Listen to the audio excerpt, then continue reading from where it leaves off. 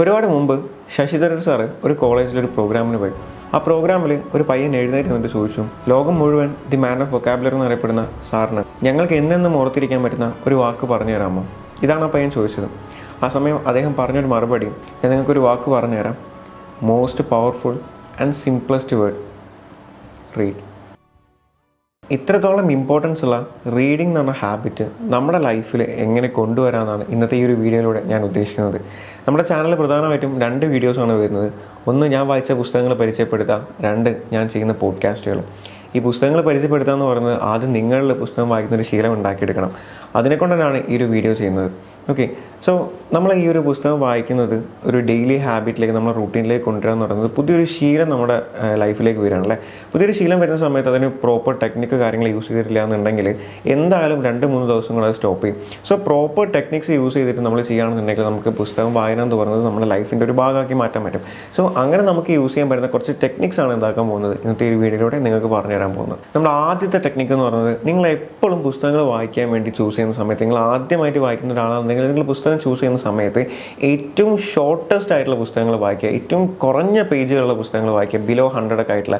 For example ഞങ്ങൾക്ക് പറയാൻ പറ്റുന്ന ഇപ്പം ബഷീറിൻ്റെ ബാല്യകാല സഖി എന്ന് പറഞ്ഞ പുസ്തകം വളരെ ചെറിയ, എനിക്കൊന്ന് ബിലോ 100 പേജസ്, ആകെ 93 പേജസേ വരുന്നുള്ളൂ. ഇങ്ങനത്തെ ചെറിയ ചെറിയ പുസ്തകങ്ങൾ നിങ്ങൾ വായിക്കുക.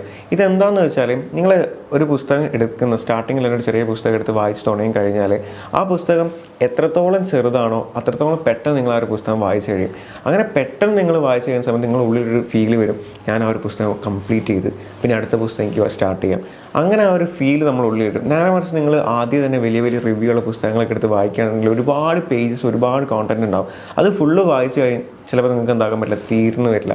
ആ ഒരു സമയത്ത് ഒരു വലിച്ചിൽ നിങ്ങൾക്ക് ഫീൽ ചെയ്യും. അങ്ങനെ വരുന്ന സമയത്ത് ആ ഒരു പുസ്തകം നിങ്ങൾ കംപ്ലീറ്റ് ചെയ്യില്ല. ആ ഒരു ശീലം തന്നെ നിങ്ങൾ അവിടെ ഇട്ട് വെക്കും. അപ്പോൾ അതിന് പകരം നിങ്ങൾ പുസ്തകം വായന സ്റ്റാർട്ട് ചെയ്യുന്ന സമയത്താണെന്നുണ്ടെങ്കിൽ ഇതുപോലെ ചെറിയ ചെറിയ പുസ്തകങ്ങൾ എന്താക്കുക, വായിച്ച് തുടങ്ങുന്നതാകും ഏറ്റവും നല്ലത്. രണ്ടാമത്തെ ടിപ്പ് എന്ന് പറയുന്നത്, നിങ്ങൾ എപ്പോഴും സ്റ്റാർട്ടിങ്ങിൽ പുസ്തകം വായിക്കുന്ന സമയത്ത് ഫീൽ ഗുഡ് ആയിട്ടുള്ള പുസ്തകങ്ങൾ വായിക്കുക. അതായത് നമുക്ക് ആ ഒരു പുസ്തകം വായിച്ച് കഴിയുന്ന സമയത്ത് ചെറിയൊരു നീറ്റൽ നമ്മുടെ ഉള്ളിൽ ഉണ്ടാകുന്ന രീതിയിലുള്ള പുസ്തകങ്ങൾ വായിക്കാൻ വേണ്ടി എപ്പോഴും ശ്രമിക്കുക. അതെന്താണെന്ന് വെച്ചാൽ, ആ ഒരു പുസ്തകം വായിക്കുന്ന സമയത്ത് ആ ഒരു പുസ്തകം നിങ്ങൾ ലാസ്റ്റ് പേജ് വായിച്ച് കഴിഞ്ഞാൽ ആ ഒരു പുസ്തകം ക്ലോസ് ചെയ്യുന്ന സമയത്ത് അതിലെ ക്യാരക്ടേഴ്സും അതിലെ ചില ഇൻസിഡൻസ് നിങ്ങളുടെ ഉള്ളിൽ നീറ്റൽ ഉണ്ടാക്കുന്നുണ്ടെന്നുണ്ടെങ്കിൽ നിങ്ങൾക്ക് പുസ്തകങ്ങളോട് ഒരു ഇഷ്ടം വന്നതാണ് അതിനർത്ഥം. ആ ഒരു നീറ്റൽ നിങ്ങളുടെ ഉള്ളിൽ വന്നിട്ടുണ്ടെന്നുണ്ടെങ്കിൽ പുസ്തക വായന നിങ്ങളുടെ ജീവിതത്തിൻ്റെ ഒരു ഭാഗമായി കഴിഞ്ഞിട്ടുണ്ട്. മൂന്നാമതായി നിങ്ങൾക്ക് യൂസ് ചെയ്യാൻ പറ്റുന്ന ടെക്നിക്ക്, നിങ്ങൾ എപ്പോഴും പുസ്തകം വായിക്കുന്ന സമയത്ത് ഒറ്റയടിക്ക് ഒറ്റ സ്ട്രെച്ചിൽ എന്താക്കേണ്ട, ആ ഒരു പുസ്തകം മുഴുവനും വായിച്ച് തീർക്കേണ്ട ആവശ്യമില്ല. നിങ്ങൾ എപ്പോഴും വായിക്കുന്ന സമയത്ത്, ഫോർ എക്സാമ്പിൾ നമ്മൾ കഴിഞ്ഞ പ്രാവശ്യം വീഡിയോ ചെയ്താണത് ബെന്യാമിൻ്റെ ആടുജീവിതം എന്ന പുസ്തകം. ഈ ഒരു പുസ്തകം നിങ്ങൾ ഇത് ഒരുപാട് പേജസ് ഉണ്ട്, എന്നാലും കുഴപ്പമില്ല, കുറച്ച് കഴിഞ്ഞിട്ട് നിങ്ങൾ ഈ ഒരു പുസ്തകം വായിക്കുകയാണെന്നുണ്ടെങ്കിൽ നിങ്ങൾക്ക് യൂസ് ചെയ്യാൻ പറ്റുന്ന ടെക്നിക്ക് എന്താണെന്ന് വെച്ചാൽ, നിങ്ങളൊരു പുസ്തകം വായിക്കുന്ന സമയത്ത് നമ്മളെ മൂന്നാമത്തെ ടിപ്പ് വേറെ ഒന്നുമല്ല, നമ്മളെ ഈ ഒരു പുസ്തകത്തിൻ്റെ ക്യൂരിയോസിറ്റി വരുന്ന ഭാഗത്ത് നിന്നാക്കാൻ നിങ്ങൾ റീഡിങ് സ്റ്റോപ്പ് ചെയ്യുക. ഇന്ന് നിങ്ങളിപ്പോൾ ഒരു പുസ്തകം വായിക്കുകയാണെന്നുണ്ടെങ്കിൽ ഇതിൽ ഒരു 10ാമത്തെ പേജൊക്കെ എത്തുമ്പോൾ ചിലപ്പോൾ ഉണ്ടാവും ഒരു ക്യൂരിയോസിറ്റി, അതായത് അടുത്തത് എന്താണെന്ന് നമ്മുടെ ഉള്ളിൽ, അല്ലെങ്കിൽ അടുത്ത പേജിൽ എന്തായിരിക്കും ഒരു തോന്നലൊക്കെ വരുന്ന സിറ്റുവേഷനിൽ എന്താക്കുക, അവിടെ വെച്ച് സ്റ്റോപ്പ് ചെയ്യുക. അങ്ങനെ സ്റ്റോപ്പ് ചെയ്യുന്ന സമയത്ത് അടുത്ത ദിവസം അതിൻ്റെ ബാക്കിയുണ്ട്, അല്ലെങ്കിൽ അതെന്തായിരിക്കും എന്നുള്ള അറിയാനുള്ള ഒരു ക്യൂരിയോസിറ്റിനെ കൊണ്ട് നിങ്ങൾ അടുത്ത ദിവസം ആ ഒരു പുസ്തകം എടുത്ത് വായിക്കാനുള്ള ചാൻസസ് കൂടുതലാണ്.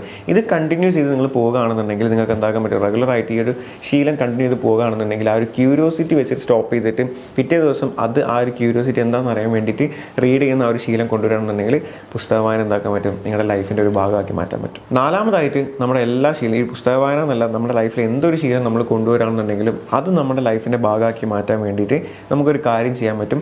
നിങ്ങൾ ആ ഒരു പെർട്ടിക്കുലർ സംഭവം നിങ്ങൾ കംപ്ലീറ്റ് ചെയ്ത് കഴിഞ്ഞാൽ, പുസ്തകം വായിക്കുക എന്ന് പറയുന്ന സംഭവം നിങ്ങൾ ഡെയിലി വായിച്ച് ഒരു പുസ്തകം നിങ്ങൾ കംപ്ലീറ്റ് ചെയ്തിട്ടുണ്ടെന്നുണ്ടെങ്കിൽ ചെറിയൊരു ഗിഫ്റ്റ്, ചെറിയ എന്തെങ്കിലും ഒന്ന് ഉണ്ടാക്കുക, നിങ്ങൾ സെൽഫായിട്ട് ഗിഫ്റ്റ് ചെയ്യുക. അങ്ങനെ ചെയ്യുന്ന സമയത്ത് നിങ്ങൾക്ക് എന്തുണ്ടാവും, അടുത്ത പുസ്തകം വായിക്കാനുള്ള ടെൻഡൻസി നിങ്ങളുടെ ഉള്ളിൽ വന്നു തുടങ്ങും. ഈ ഒരു 4 കാര്യങ്ങൾ ഏറ്റവും സിമ്പിളായിട്ടുള്ള 4 കാര്യങ്ങളാണ്. ഒരുപാട് വേറെ കാര്യങ്ങൾ അതൊന്നും നിങ്ങൾ നോക്കണ്ട.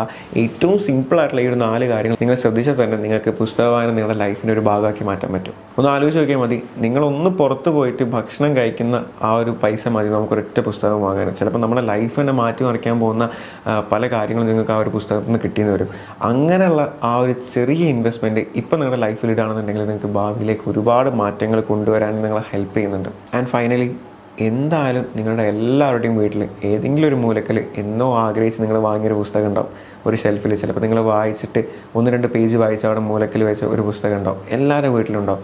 അങ്ങനെ ഉണ്ടെന്നുണ്ടെങ്കിൽ നമുക്ക് ആ ഒരു പുസ്തകം പൊടി തട്ടി എടുത്തിട്ട് വായിക്കാനുള്ള സമയമായിട്ടുണ്ട്. നിങ്ങളെല്ലാവരും ആ ഒരു പുസ്തകത്തിൽ നിന്ന് തന്നെ എന്താക്കുക, വായിച്ച് തുടങ്ങുക. അല്ലാന്നുണ്ടെങ്കിൽ ഞാൻ കുറച്ച് പുസ്തകങ്ങൾ നിങ്ങൾക്ക് പരിചയപ്പെടുത്തി തരാം. ഒന്നെന്താണ്, നമ്മൾ ഓൾറെഡി പറഞ്ഞ ബെന്യാമിൻ്റെ ആടുജീവിതം, ഇത് വായിക്കാം നിങ്ങൾക്ക്. അതുപോലെ തന്നെ ബഷീറിൻ്റെ ബാല്യകാല സഖി എന്ന പുസ്തകം വായിക്കാം. ഇതൊക്കെ ഞാൻ പറഞ്ഞ ഈ ഒരു ഉള്ളിൽ ഫീൽ ഉണ്ടാക്കുന്ന ടൈപ്പ് പുസ്തകങ്ങളാണ് ഞാൻ നിങ്ങൾക്ക് പരിചയപ്പെടുത്തുന്നത്. നെക്സ്റ്റ് ടോട്ടോച്ച എന്ന് പറഞ്ഞിട്ടുള്ളൊരു പുസ്തകമുണ്ട്. ഇത് ഒരു കുട്ടീൻ്റെ പേഴ്സ്പെക്റ്റീവിൽ എഡ്യൂക്കേഷൻ സിസ്റ്റം എങ്ങനെയാണെന്നൊക്കെ പറയുന്ന ഒരു കിടിലൻ ബുക്കാണ് ടോട്ടോച്ച എന്ന് പറയുന്നത്. ഇതും നിങ്ങൾക്ക് വായിക്കാം. ഇതും കുറച്ച് പേജസ് ഉണ്ട്, പക്ഷേ പറയില്ല, നിങ്ങൾ കണ്ടിന്യൂസ് ആയിട്ട് വായിക്കേണ്ട. ആ ഒരു ക്യൂരിയോസിറ്റി വരുന്ന ഭാഗത്ത് നിർത്തി വായിച്ചാൽ തന്നെ മതി. പിന്നെ ബഷീറിനെ നമ്മളെല്ലാവരും വായിച്ചിട്ടുള്ള പാത്തുമ്മയുടെ ആട് എന്ന് പറഞ്ഞിട്ടുള്ള പുസ്തകം, അതുപോലെ തന്നെ പൗലോ കൊയ്ലോൻ്റെ ദി ആൽക്കമിസ്റ്റ്. ഇത്രയും സിമ്പിളായിട്ടുള്ള ഈ ഒരു ചെറിയ 5 പുസ്തകങ്ങൾ വായിച്ചാൽ തന്നെ നിങ്ങളെ ലൈഫിൻ്റെ ഭാഗമായിട്ട് ഈ ഒരു ഞാൻ പറഞ്ഞ ഈ ടെക്നിക്സ് യൂസ് ചെയ്തിട്ട് ഈ 5 പുസ്തകങ്ങൾ വായിച്ച് കഴിഞ്ഞാൽ തന്നെ ഏകദേശം നിങ്ങളുടെ ലൈഫിൻ്റെ ഭാഗമായിട്ട് മാറിയിട്ടുണ്ടാവും ഈ ഒരു പുസ്തക വായന എന്ന് പറയുന്നത്. സോ ഇനിയുള്ള ദിവസങ്ങളിൽ നിങ്ങൾ എന്താക്കുക, ആ ഒരു ശീലം നിങ്ങളുടെ ലൈഫിൽ കൊണ്ടുവരാൻ വേണ്ടിയിട്ട് ശ്രമിക്കാം. Thank you so much.